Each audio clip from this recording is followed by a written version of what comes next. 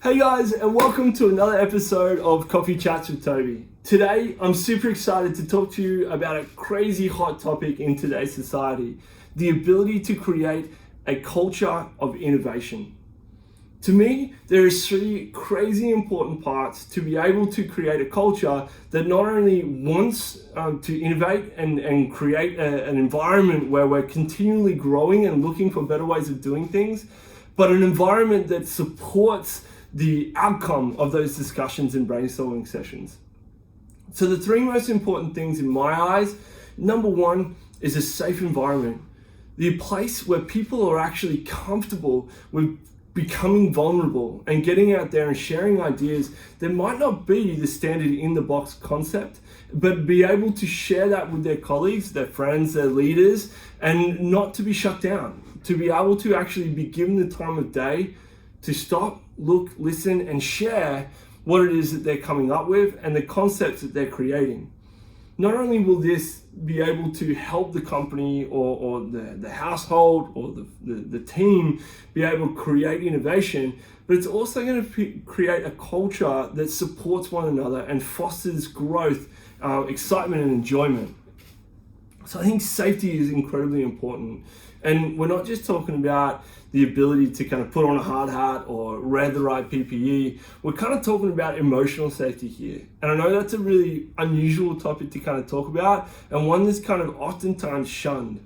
But it's one of those things that is incredibly important to be able to, for people to feel safe and be able to share these awesome concepts and innovative ideas.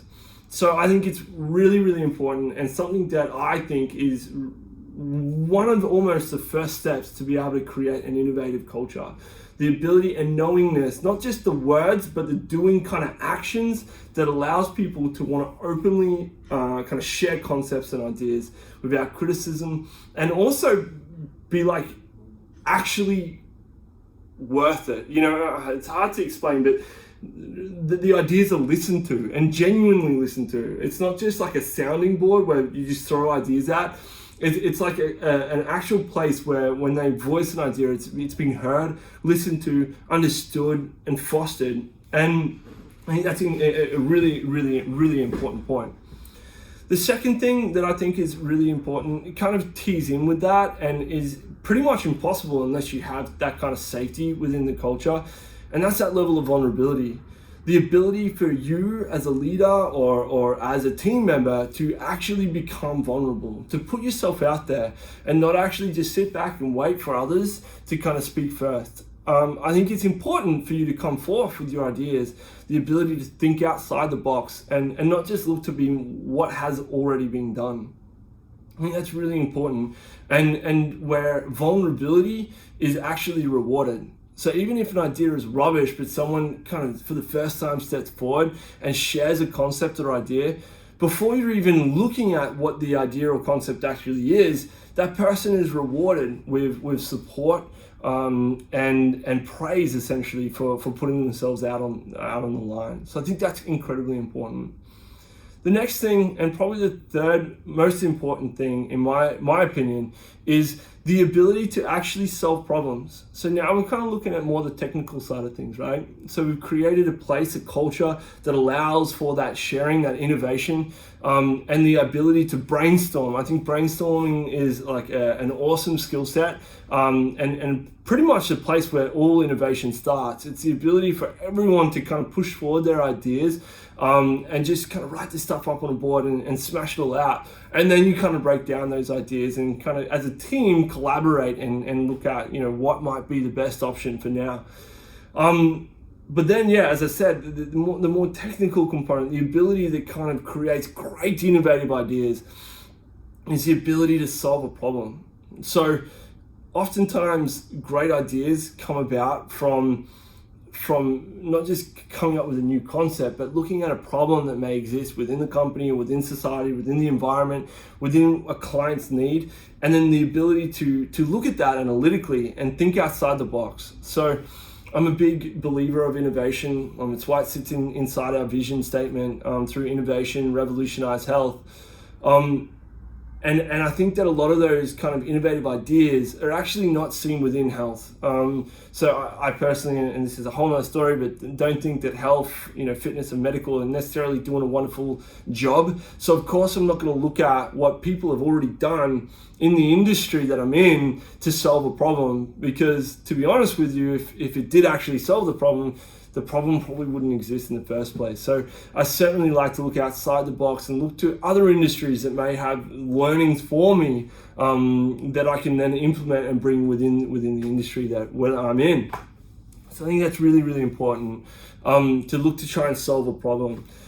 And I suppose another incredibly important part, so if you call it the fourth point that I want to make, is that with innovation, vulnerability, there's one thing is kind of inevitable. The more innovative you are, the more innovation that you kind of push out there and drive within a company, you got to understand that with innovation comes failures, right? And when I say failures, I'm talking about what most people look at as a failure. And that is when something doesn't work out. Like when you put together a concept or an idea and you're striving towards that completion or those numbers or whatever it may be, and you fail or you don't reach those numbers or whatever it is that it may be, you've got to be okay with that. So for me, failure is only something that happens twice. It's a famous kind of quote or saying I have in the business. If you fail, that's fine. As long as you learn from it, that's awesome. Like failures is what make us grow and push us towards innovation and new ideas and the ability to kind of create a change and revolutionize things. If failures happen twice, well, that's okay as long as it was a different failure or we've learned something from the first, tried to pivot and then failed again. That's also okay.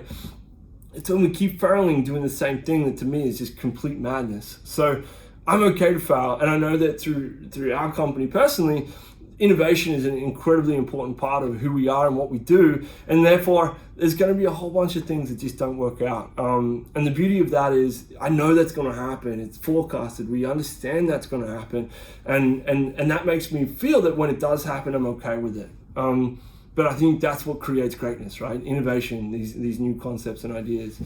So yeah, just to recap, I suppose the four points or four most important things that I've kind of suggested that are incredibly important to be able to create a innovative culture is one, the safety. So the ability to feel safe within the environment and the team you're in, to share these ideas. Two, the vulnerability, to be able to put yourself out there and actually become vulnerable, because from vulnerability comes greatness.